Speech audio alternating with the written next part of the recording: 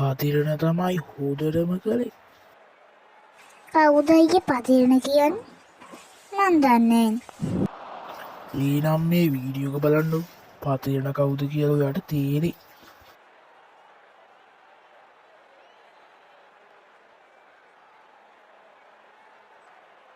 සුපිරිනේ අයියා එයාගේ බෝලේ. සුපිරිම සුපිරි. පට්ට වීඩියක් නේ තියෙන්නේ අනේ.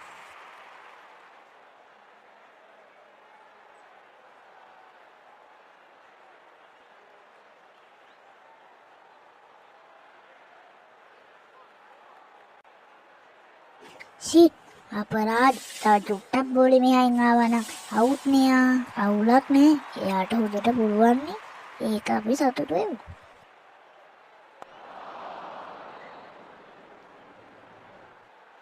එයාගේ බෝලේ හරියට යනවා වැටෙනවා නේද අයියේ ඔව් නංගි එයාගේ බෝලේ හරියට වැටෙනවා ලෝකේ වේගවත් පන්දු දෙන්නෙත් එයානේ ඇත්තද අයියේ ඔව් එයා තමයි